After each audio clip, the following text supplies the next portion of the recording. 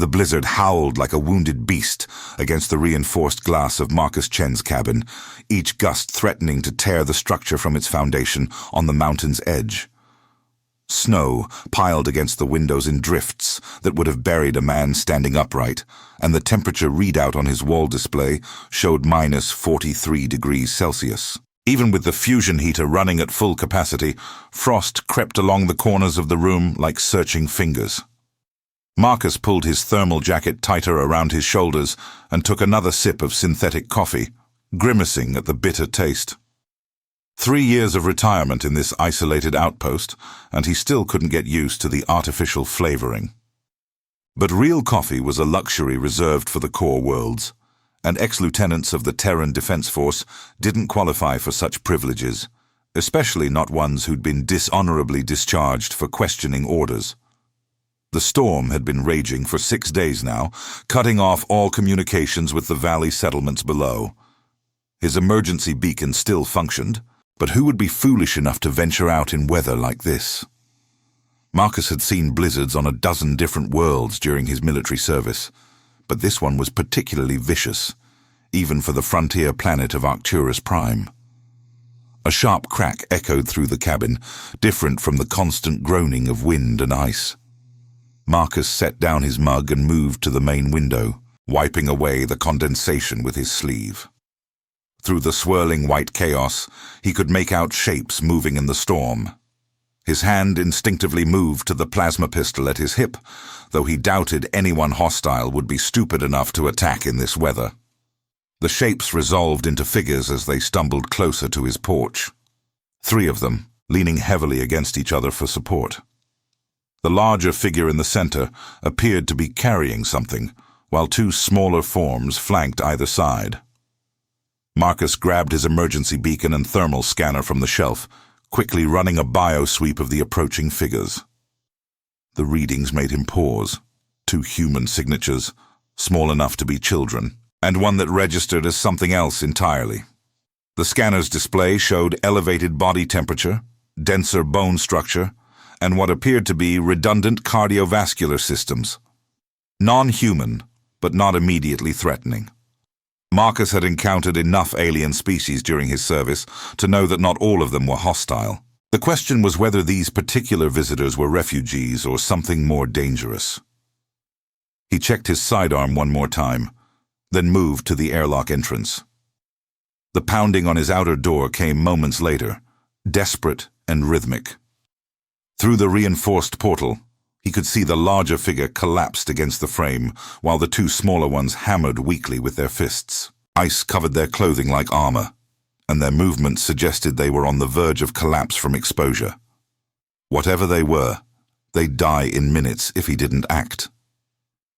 Marcus cycled the airlock, feeling the blast of frigid air rush past him as the outer door opened. The 3 figures tumbled inside, bringing a whirlwind of snow and ice with them. "Close the door." The larger figure gasped, her voice carrying an odd harmonic undertone. "Please, my daughters." Marcus slammed the outer portal shut and initiated the warming cycle, watching as the 3 strangers collapsed onto the heated floor of his airlock. Now, he could see them clearly for the first time, and his breath caught in his throat. The woman was definitely not human, though she bore enough resemblance to pass at a distance. Her skin had a subtle scaled texture that caught the light, and her eyes held vertical pupils that dilated in the warmer air. But it was the 2 girls that made Marcus step back in surprise. They were hybrids, clearly the product of human and draconic genetics. Their features blended both species seamlessly, with the sharp cheekbones and elongated ears of their mother's people, but the softer facial structure that spoke of human heritage. Both appeared to be around 12 years old, twins by the look of them, and both were shivering uncontrollably despite their thick winter gear. "Are you injured?" Marcus asked, keeping his voice steady despite his racing pulse. He'd heard rumors of dragon-human hybrids, but seeing them in person was something else entirely. The genetic engineering required would have been incredibly complex, not to mention illegal, under current Terran law. No injuries, the woman managed, struggling to sit upright. Just cold, so very cold. Her accent was refined, educated, with the crisp pronunciation of someone accustomed to command. I am Lyrelay Stormwing, and these are my daughters, Zara and Luna. We seek shelter until the storm passes. Marcus helped the girls to their feet, noting how their body temperature was already beginning to normalize in the heated airlock.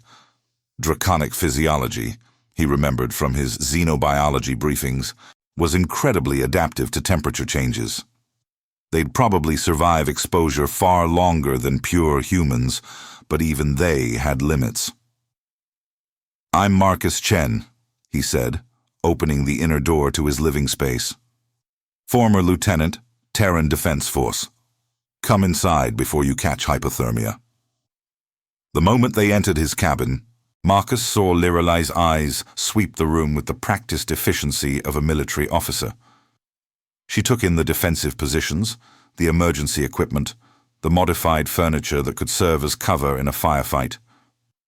Her gaze lingered on the old TDF citations hanging on his wall, and something flickered in her expression that he couldn't quite read. You were military, she observed, settling onto his couch while her daughters huddled close to the heater. What brings a former officer to this remote outpost? Same thing that brings most ex-military to the frontier, Marcus replied, moving to his small kitchen. Bad decisions and worse luck. Let me get you something warm to drink. He busied himself preparing hot chocolate for the girls and coffee for their mother, stealing glances at the unusual family. Lyrelay had removed her outer coat, revealing a form-fitting flight suit underneath that spoke of wealth and high-tech fabrication. The material seemed to shift colors slightly as she moved, probably incorporating adaptive camouflage technology. Not the kind of gear refugees typically carried. Zara and Luna whispered to each other in a language Marcus didn't recognize, their voices carrying the same harmonic quality as their mother's. They kept looking around his cabin with wide eyes, taking in everything from his weapon collection to his communication equipment. Smart girls, he noted, probably trained from an early age to be observant. This storm, Marcus said, returning with the drinks. It's been going for almost a week.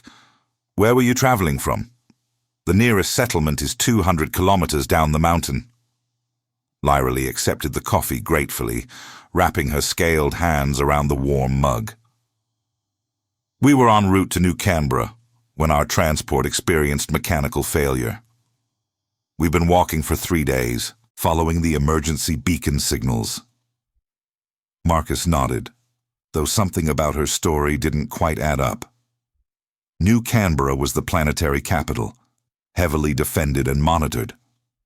What kind of transport would be carrying a dragon and her hybrid daughters there? And why would they be traveling during storm season, when most civilian traffic was grounded?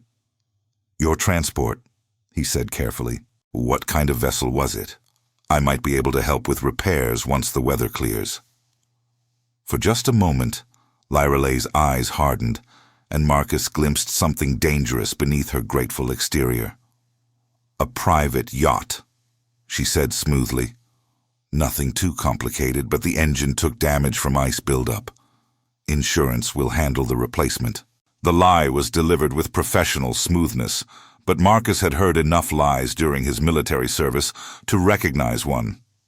Whatever had brought this family to his doorstep, it wasn't a simple mechanical failure. He decided not to push the issue for now, but he'd keep his eyes open. Well, you're welcome to stay until the storm passes, he said, settling into his armchair. It's not much, but the heater works, and I've got enough supplies to last a few more days. That's very generous, Lyrelay replied, and this time her gratitude seemed genuine. It's not often we encounter such kindness from strangers. The girls had finished their hot chocolate and were now exploring his living space with the curious energy of children everywhere. They examined his collection of books, marveled at his holographic entertainment system, and peered out the windows at the raging storm beyond. Despite their exotic heritage, They behaved like any other kids their age. "Papa Marcus," Luna said suddenly, using the informal address that made Marcus blink in surprise. "Do you have any games?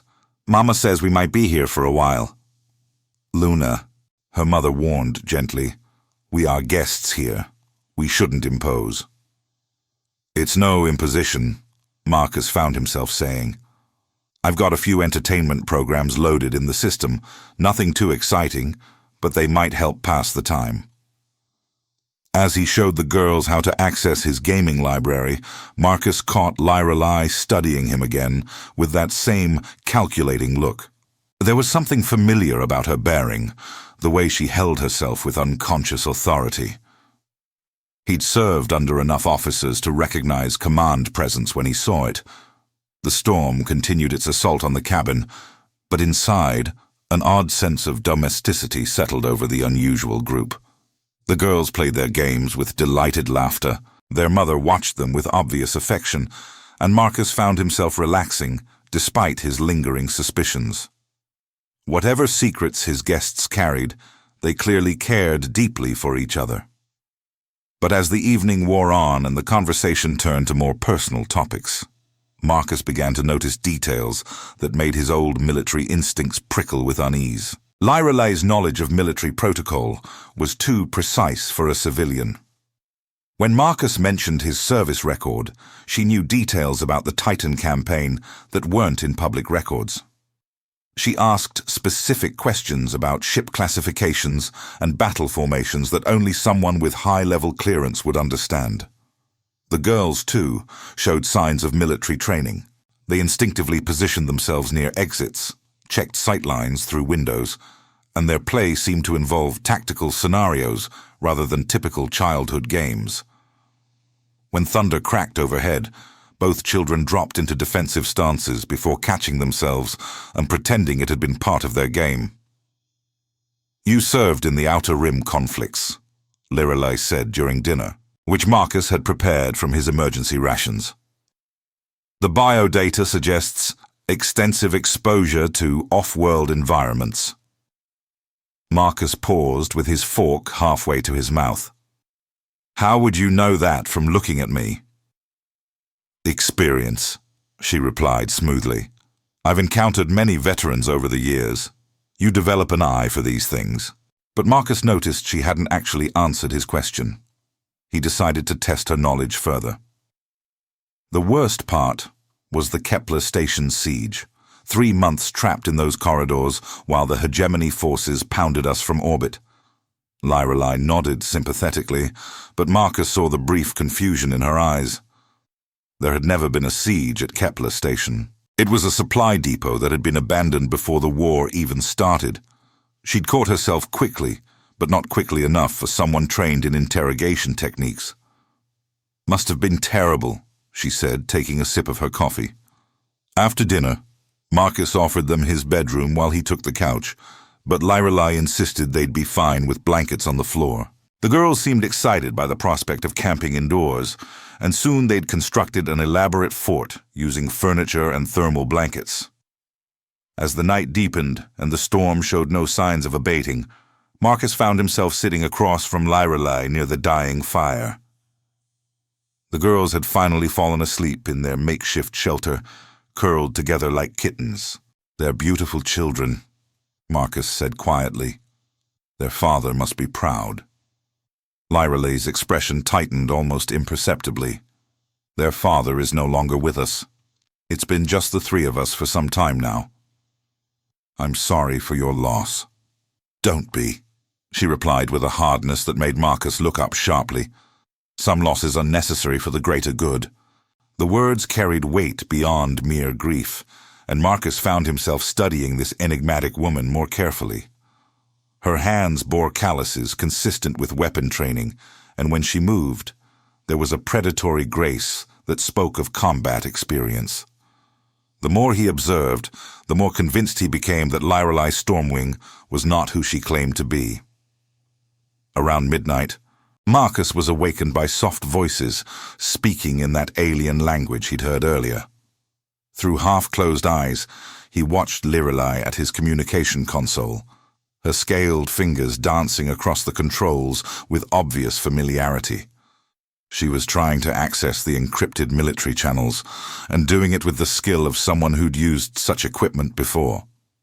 Marcus remained perfectly still, breathing slowly, to maintain the illusion of sleep while he listened. The conversation was brief, consisting mostly of coordinates and what sounded like status reports. When she finished, Lirelai carefully reset the console to its original configuration, erasing any trace of her unauthorized access. But Marcus had memorized the frequency she'd used, and it made his blood run cold. That particular encrypted channel was reserved for flag officers of the Draconic Liberation Front, the militant faction that had been responsible for the Titan campaign massacres. Only someone with Admiral-level clearance would have access to those codes. The next morning brought no relief from the storm, but the revelation from the night before had changed everything for Marcus. He went through the motions of preparing breakfast, chatting with the girls about their games, and maintaining the facade of friendly hospitality. But inside, his mind raced through the implications of what he'd discovered. Lirelai Stormwing wasn't just any dragon seeking shelter. She was almost certainly a high-ranking military commander, possibly one of the architects of the campaign that had cost thousands of human lives. The same campaign that had ended his own career when he'd refused orders to bombard civilian settlements suspected of harboring dragon sympathizers. The storm seems to be intensifying, Lirelai observed, standing at the main window with a cup of coffee in her hands. We may be here longer than anticipated. That's fine, Marcus replied, though his pulse quickened. I've got supplies for a week, maybe more if we're careful. But he was already calculating escape routes and defensive positions. If his suspicions were correct, he was harboring one of humanity's most wanted war criminals, along with her hybrid children, who might themselves be valuable intelligence assets. The question was what to do about it. His old training told him to activate his emergency beacon and alert the authorities, but looking at Zara and Luna playing their innocent games, he found himself hesitating. Whatever their mother might have done, the children were not responsible for the sins of their parent. They deserve protection, not to become pawns in the ongoing conflict between their peoples. Marcus, Lirelai said suddenly, turning from the window with an expression he couldn't quite read. May I ask you something personal? Sure, he replied, though every instinct screamed caution. Why did you really leave the military? And please, don't give me the standard answer about bad decisions. I can see the commendations on your wall. Distinguished Service Cross, Purple Heart, campaign medals from 6 different theaters. Men don't earn decorations like that through poor judgment. Marcus felt the weight of her gaze, recognizing the interrogation technique, even as it was being used on him. Some orders are impossible to follow, he said finally. Some lines can't be crossed, even in war. Ah, Lirelai nodded slowly. A man of principle. Those are dangerous things to have in wartime. Dangerous for everyone involved, Marcus agreed. What about you? What's your background, really? And don't tell me you're just a civilian caught in bad weather. I know military bearing when I see it. For a long moment, Lirelai was silent, studying him with those vertical pupils that seemed to look straight through his soul. When she spoke again, her voice carried a different tone, more formal and commanding. You're right, of course. I am military, though currently operating outside official channels. My unit was disbanded after the Titan campaign ended, and we've been freelancing ever since. Marcus's hand drifted toward his sidearm. Freelancing for whom? For the future, she replied cryptically. For a time when our peoples won't need to destroy each other to survive. The girls looked up from their game, sensing the sudden tension in the room. Zara took a step closer to her mother, while Luna moved to flank Marcus's position. Even as children, They'd been trained to respond to potential threats, which told Marcus more about their upbringing than any words could. "I think," Marcus said carefully, "we need to have an honest conversation about why you're really here." Lirelei smiled, but there was no warmth in the expression. "I was hoping you'd say that, Lieutenant. Or should I say, former Lieutenant Chen of the 47th Orbital Strike Division? Yes, I know exactly who you are, just as I'm sure you've figured out who I am." Marcus drew his pistol in one smooth motion, though he kept it pointed at the floor rather than directly at his unexpected guests. "Admiral Lirelei Stormwing of the Draconic Liberation Front, wanted for war crimes in 17 systems, the Scourge of Titan. Among other colorful titles, yes," she confirmed, seemingly unperturbed by the weapon in his hand. "Though I prefer to think of myself as a mother trying to protect her children in an increasingly hostile universe." The girls had moved to defensive positions without any apparent signal, their hybrid reflexes and training making them far more dangerous than their youthful appearance suggested. Marcus found himself facing not refugees seeking shelter, but a family of highly trained operatives who had somehow tracked him to his remote sanctuary. "What do you want?" he asked, his finger resting lightly on the trigger. "The same thing you do, I suspect," Lirelei replied, setting down her coffee cup with deliberate care. "An end to this war. But first, we need to survive the storm, both the one outside and the one that's about to engulf the entire sector." The weight of recognition hung heavy in the cabin air, crackling with tension like the storm outside. Marcus kept his weapon ready, but not aimed, while Admiral Lirelei Stormwing watched him with the calculating patience of a predator who had already won the game. "You know what's coming, don't you?" she said, moving slowly to the window. "The intelligence reports about the hegemony's final push. They're not just targeting military installations anymore." Marcus felt ice form in his veins that had nothing to do with the blizzard. "What are you talking about?"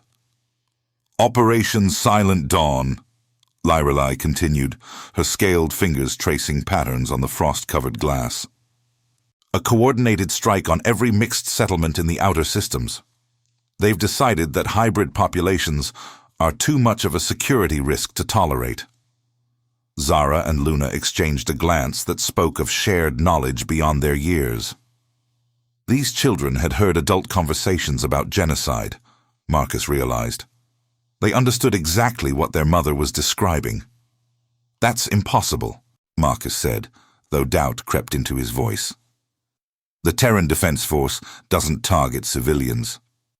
Lirelei turned from the window with an expression of bitter amusement. "The same way they didn't target civilian settlements during the Titan campaign. The same way they didn't classify dragon-human hybrids as genetic aberrations requiring correction." Marcus's hand tightened on his pistol. He'd resigned his commission rather than participate in exactly those kinds of operations. But if what she was saying was true, his resignation had been meaningless. The war had escalated beyond anything he'd imagined.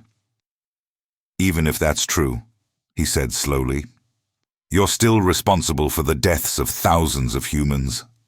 The mining stations, the transport convoys, the research facilities. Military targets," Lirelei replied without hesitation. "Every single one.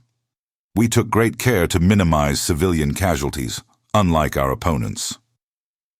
The Meridian transport had families aboard. The Meridian transport was carrying biological weapons designed to sterilize dragon reproductive systems, she snapped, her eyes flashing with controlled fury. "Those families were evacuated 2 hours before we struck. Check the casualty reports, if you don't believe me." Marcus stared at her, his certainty crumbling. The official reports had listed massive civilian losses, but he'd learned long ago that official reports could be manipulated. If what she claimed was true, then everything he thought he knew about the war was wrong. "Papa Marcus," Luna said quietly, using that informal address again. "Mama doesn't lie to us about the important things. She says truth is the only weapon that doesn't run out of ammunition. The simple innocence of the statement hit Marcus harder than any argument could have. These children trusted their mother completely, and children that age were usually accurate judges of character. They'd know if they were living with a monster. "What do you want from me?"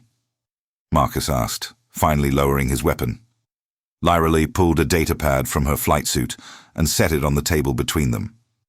3 days from now, when this storm clears, a hegemony strike force will arrive at the Arcturus Prime capital. They'll claim to be conducting a routine inspection of security protocols. What they're really doing is identifying hybrid populations for elimination. Marcus activated the pad with reluctant curiosity. The documents that appeared were encrypted at the highest levels, marked with clearance codes he'd never seen before. As he read, his blood grew cold. Operation Silent Dawn was real. Worse than real, it was already in motion. 14 colonies had been marked for population correction, and Arcturus Prime was next on the list. The clinical language couldn't disguise the horror of what was being planned. "How did you get these?" Marcus demanded. "I have my sources," Lirelei replied. "Some of us still have contacts within the Terran command structure, people who remember what we're supposed to be fighting for." Marcus scrolled through the documents, his military training automatically analyzing deployment patterns and logistics. The operation was massive, involving ships and personnel from across the sector. It had been planned for months, maybe years. "Why show me this?" he asked. "What can one retired lieutenant do against this kind of operation?" "More than you might think," Lirelei said, moving to sit across from him. "You still have active security clearances, don't you? Emergency protocols that would allow you to access military communication networks?" Marcus nodded slowly. All retired officers maintained limited access for emergency situations, though using it without authorization was a court-martial offense. "The strike force is being led by Admiral Rebecca Morrison," Lyra Lee continued. "She was your commanding officer during the Kepler system campaign, wasn't she?" The name hit Marcus like a physical blow. Rebecca Morrison had been more than his commanding officer. She'd been his mentor, the person who'd taught him that sometimes orders had to be questioned. If she was leading this operation, then either she'd changed beyond recognition, or there was more to the situation than appeared. "Becky would never authorize civilian massacres," Marcus said with conviction. "There has to be another explanation." "I hope you're right," Lyra Lee replied, "because you're going to contact her and find out." For the next several hours, they worked together to establish a secure communication link using Marcus's emergency protocols and Lyrelei's encryption technology. The storm provided perfect cover for their activities, masking their signals in the electromagnetic chaos of the weather system. When Admiral Morrison's face finally appeared on the screen, Marcus was shocked by how much she'd aged. Her once bright eyes were hollow with exhaustion, and stress lines creased her features like battle scars. "Marcus," she said, her voice filled with disbelief. "How are you accessing this channel? You're supposed to be in exile on some frozen wasteland." "I am on a frozen wasteland," Marcus replied. "Becky, I need to ask you about Operation Silent Dawn." The change in Morrison's expression was immediate and terrifying. Fear replaced surprise, and she glanced quickly around her command center before leaning closer to the screen. "Marcus, you need to get off that channel right now," she whispered urgently. "They monitor everything these days. If they trace this connection—" "Let them trace it," Marcus said firmly. "Tell me what's really happening." Morrison was quiet for a long moment, her internal struggle playing out across her features. When she spoke again, her voice was heavy with defeat. "It's not what you think," she said finally. "The operation isn't about eliminating hybrids. It's about protecting them." Lirelei leaned forward, her eyes sharp with interest. "Protecting them how?" Morrison's gaze shifted to include the Dragon Admiral in the conversation, and Marcus saw recognition dawn in her eyes. "Admiral Stormwing, I presume. We've been wondering what happened to you after Titan." "I've been keeping busy," Lyra Lee replied dryly. "Please continue, Admiral Morrison." "The Hegemony Council has been infiltrated," Morrison said, checking her surroundings again. "Hardline factions have taken control of policy decisions, and they're planning something that makes Operation Silent Dawn look like a humanitarian mission. We're trying to evacuate hybrid populations before the real purges begin." Marcus felt the pieces of the puzzle clicking together with horrible clarity. The strikes on the colonies. "Staged evacuations," Morrison confirmed. "We've been secretly relocating hybrid families to protected settlements outside hegemony space. The official reports of casualties are fabricated to make the hardliners think their policies are being implemented. But some colonies have actually been destroyed," Lyra Lee pointed out. "I've seen the wreckage myself." "Those were the colonies that refused evacuation," Morrison admitted sadly.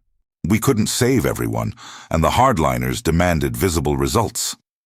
Sometimes we had to choose between saving some lives and losing all of them." The moral complexity of the situation left Marcus reeling. A secret war was being fought within the Terran command structure, with dedicated officers trying to protect the very people they were officially ordered to eliminate. "What do you need from us?" Marcus asked. "Arcturus Prime is the last major hybrid settlement in this sector," Morrison explained. "If we can evacuate the population successfully, we can establish a permanent safe zone beyond hegemony reach. But we need someone on the ground to coordinate the operation. Someone with military credentials and local knowledge," Lyra Lee added, understanding the implications immediately. Marcus looked at the Dragon Admiral, then at her daughters, who were listening intently to every word. These children represented the future of two species learning to coexist. But that future was balanced on a knife's edge of political intrigue and military necessity. "What's the timeline?" he asked. 72 hours, Morrison replied. "The evacuation ships are already en route, but they need a secure landing zone and someone to organize the civilian population. The official strike force will arrive shortly after, expecting to find empty settlements that can be quietly destroyed." "And if we're discovered?" Morrison's smile was grim. "Then we'll all be court-martialed and executed as traitors to the human species. But our children might live to see a better world." The communication ended, leaving the cabin in heavy silence. Outside, the storm continued its relentless assault, but inside, 3 adults and 2 children contemplated the weight of an impossible decision. "Papa Marcus," Zara said finally, "are you going to help us?" Marcus looked down at the girl's earnest face, seeing hope and trust that he wasn't sure he deserved.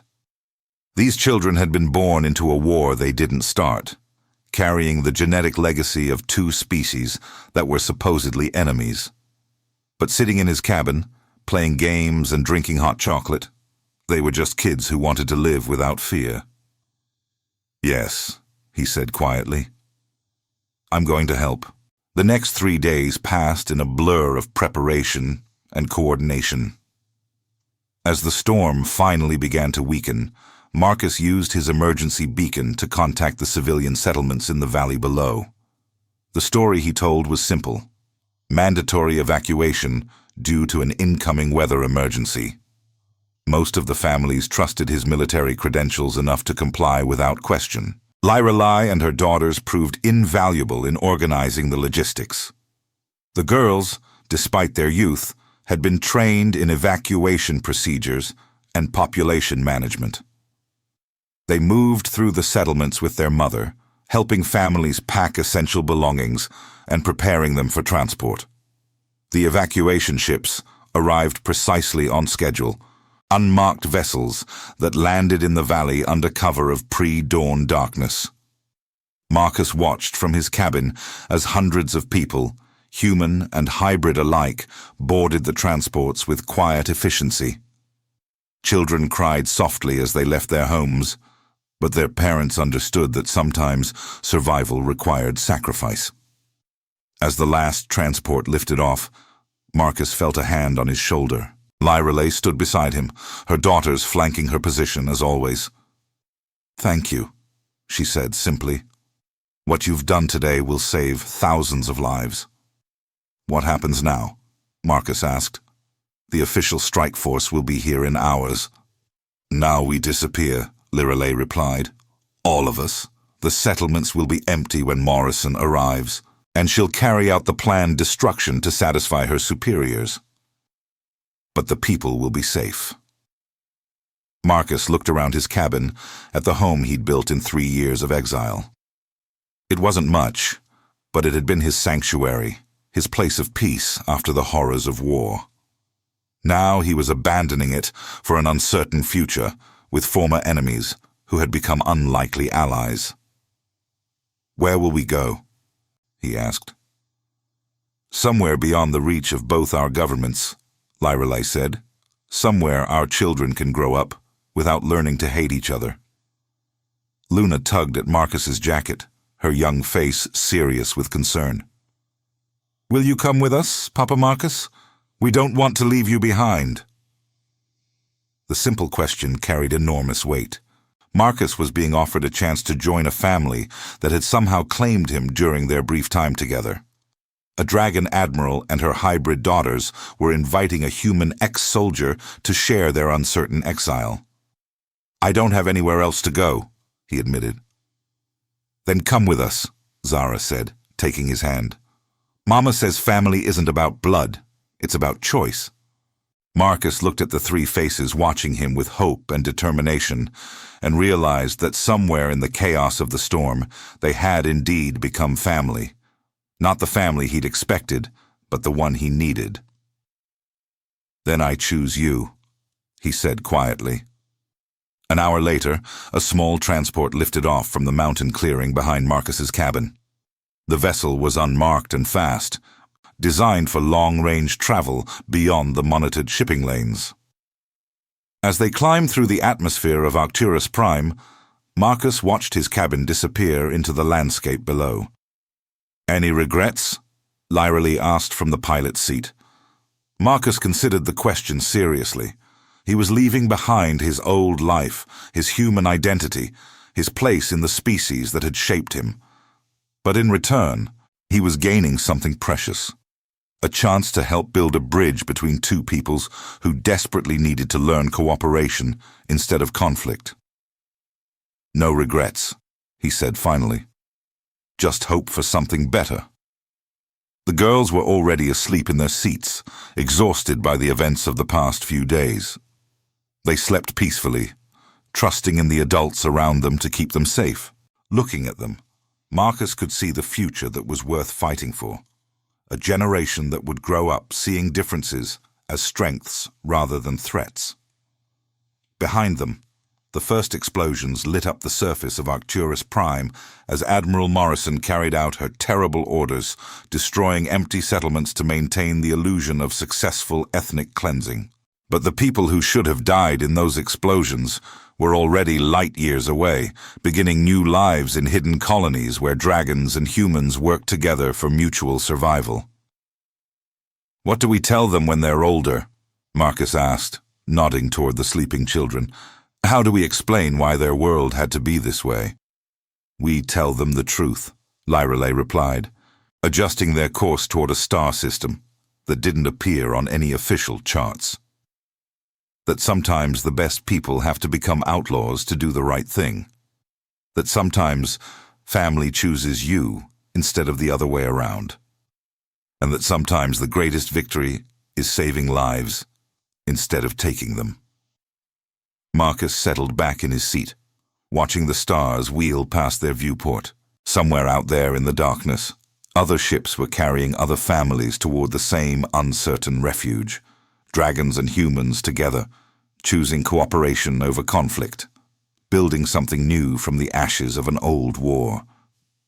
He thought about Admiral Morrison, still fighting her secret war within the Terran command structure, and wondered how long she could maintain the deception. He thought about the children who would grow up in the hidden settlements, learning to see beyond the prejudices of their parents. Most of all, he thought about the strange family fate had given him.